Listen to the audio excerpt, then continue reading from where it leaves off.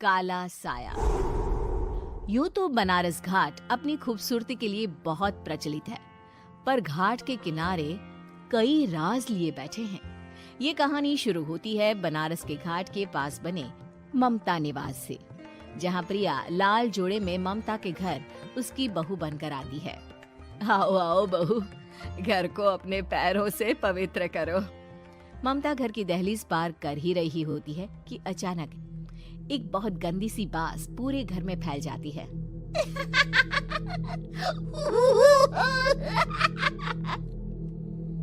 ये बदबू और ये आवाजें, ये कौन हंस रहा है माँ?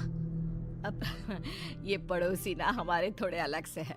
कहाँ हम शाकाहारी और ये मांस मच्छी खाने वाले। छोड़, तू ध्यान मत दे और गृह प्रवेश कर। और हाँ बहू, अपनी सास की एक बात हमेशा याद रखना, इन पड़ोसियों से तो कभी बात नहीं करेगी। अच्छे लोग नहीं है ये। अपनी सास की ये बात मानेगी ना बेटा? हाँ माँ, जो आपकी मर्जी, मैं उनसे बात नहीं करूंगी। अगले दिन प्रिया अपनी पहली रसोई बनाने रसोई घर में जाती है। ये छोकी बात तो नाक में जा रही है। एक काम करती हूँ, खिड़की खोल देती हूँ। प्रिया खिड़की खोलने जाती है। इतने जाले, लगता है इस खिड़की को कभी खोला ही नहीं गया। पर ऐसा क्यों? ओह, नॉनवेज की स्मेल आती होगी ना। 2 मिनट के लिए खोल लेती हूँ, फिर बंद कर दूंगी। प्रिया खिड़की खोलती है। खिड़की खोलते ही उसकी नजर सामने वाले घर की खिड़की पर पड़ती है, जहाँ एक लड़की खड़ी होती है। हाथों में मेहंदी, लाल रंग की साड़ी, बिल्कुल सजी धजी, मानो प्रिया की तरह ही वो भी नई नवेली बहू हो। वो प्रिया को देखकर मुस्कुराती है। हे भगवान, माँ ने तो इनसे बात करने को मना किया था। प्रिया फौरन ही खिड़की बंद कर देती है और तवे पर चढ़े रोटी की ओर देखने लगती है, पर वहाँ रोटी न होकर मछली पड़ी होती है। ये क्या? पहली ही रसोई में इतनी बड़ी गलती! हे भगवान, अब मैं क्या करूं? प्रिया बहुत डर जाती है और फौरन रसोई की सफाई करने और फिर सभी के लिए खाना बनाने लग जाती है। जब वो सबको खाना परोसती है, सब तो ठीक है, मैं बेकार में चिंता कर रही थी। हे भगवान, ऐसे ही बस अपनी कृपा बनाए रखना। रात के वक्त जब सब सो रहे होते हैं, तब प्रिया को पायल की आवाज सुनाई देती है, जिससे उसकी आंख खुल जाती है। ये पायल की आवाज कहाँ से आ रही है? प्रिया उठकर उस आवाज के पीछे छत की सीढ़ियों तक जाती है। तभी उसे बच्चे के रोने की आवाज आती है। प्रिया छत पर जाती है तो क्या देखती है? वही लाल साड़ी वाली लड़की अपनी गोद में एक नवजात बच्चे को घुमा घुमा कर सुला रही है। तभी प्रिया की नजर उसके पेट पर पड़ती है। ओह गॉड, ये तो प्रेग्नेंट भी है। सुनिए, बच्चा सो नहीं रहा है क्या? मैं कुछ मदद करूं?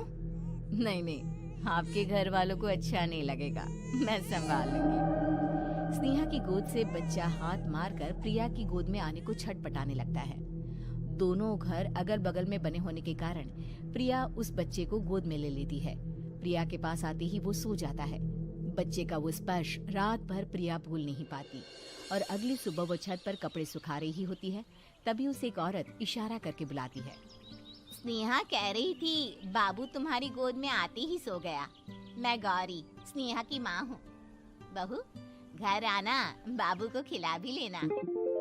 शाम को जब घर पर कोई नहीं रहता, बच्चे से मिलने के लिए प्रिया छिपकर अपनी पड़ोसन के घर चली जाती है और कुछ देर बच्चे को खिलाकर वापस लौट आती है। इसके कुछ दिन बाद ही प्रिया को पता चलता है कि वो माँ बनने वाली है। ममता की खुशी का ठिकाना नहीं रहता।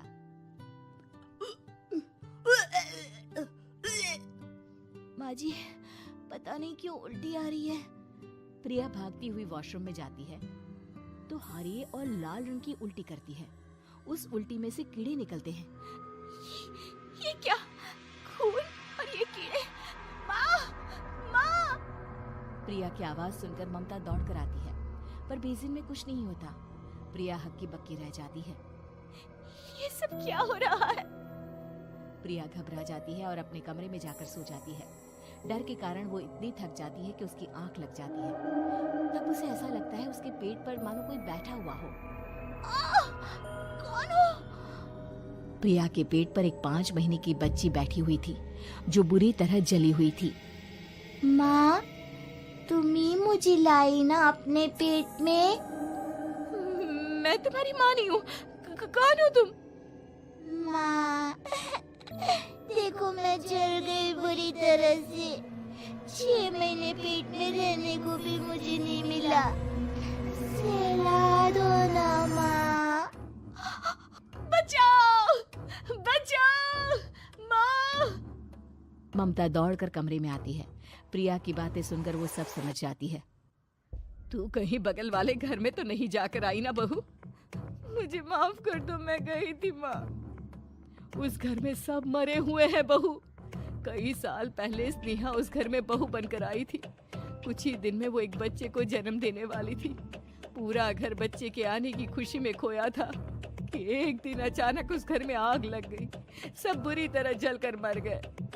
गौरी आज भी दादी बनने का इंतजार कर रही है और इसीलिए स्नेहा ने अपना अजन्मा बच्चा तुम्हारी कोख में डाल दिया। ममता ये कह रही होती है कि पीछे से उसके पैरों को एक बच्चा पकड़ लेता है। दादी, दादी। माँ, स्नेहा की गोद में यही बच्चा था। ये बच्चा कौन है फिर? तेरी मौत है। तेरी भी दादी। जिस चीज का ममता को डर था वही हो गया। ममता निवास के ऊपर मौत ने चादर बिछा दी थी। प्रिया का पेट ऐसे बढ़ जाता है मानो 9 महीने का हो। 2 हाथ उसके पेट से बाहर निकलते हैं। बहू, संतोष को फोन कर, किसी पंडित जी को बुला बहू। प्रिया का पति भागता हुआ घर आता है। ये तो होना ही था माँ। तेरा पाप तेरे सामने आ गया तो तू सह नहीं पा रही है। स्नेहा घर में आग लगी नहीं थी, माँ ने लगाई थी, प्रॉपर्टी की लालच में। और वो बच्चा मेरी पहली पत्नी का बच्चा है, मेरा बेटा, जो कि उस आग की चपेट का शिकार हो गया था। मैंने तुमसे ये सब माँ के कहने पर छुपाया था। मुझे माफ कर दो प्रिया। तुम अगर चाहो तो यहाँ से जा सकती हो। मैं तुम्हें किसी भी बंधन में रखना नहीं चाहता। मेरी शादी हुई है आपसे, मैं आपको छोड़ नहीं सकती, पर उससे पहले हमें स्नेहा, उसकी माँ और बच्चे की आत्मा की शांति करवानी होगी। संतोष और ममता गौरी के घर जाते हैं। अंदर सब कुछ जला हुआ होता है। जमीन पर जली हुई लाशें बिखरी हुई थी। ममता रो रो कर अपनी करने की माफी गौरी से मांगती है। प्रिया स्नेहा के घर वालों का अंतिम संस्कार करवा देती है और ममता निवास फिर से आत्माओं के साए से मुक्त हो जाता है।